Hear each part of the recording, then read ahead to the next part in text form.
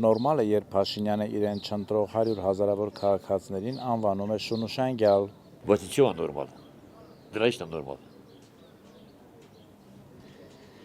Հելակա լավ ուրիշ բան չի ասում։ Մարդ իր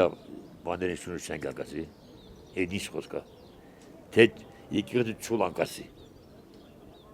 Ճիշտ է այդ եկեղեցու չուլան անվանում։ Այն վաղ ինչքան իրան հարգում էի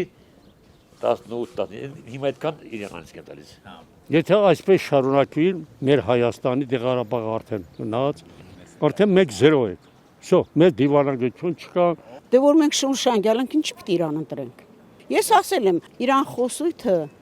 զրոյական է կարամ ասեմ։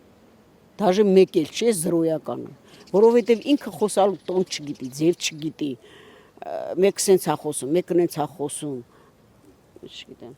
Կարամ ասեմ զրոյական է նրա խոսակցությունը, ուրիշ ոչ չունեմ։ Չի կարելի։ Հասկանում ես, չի կարելի։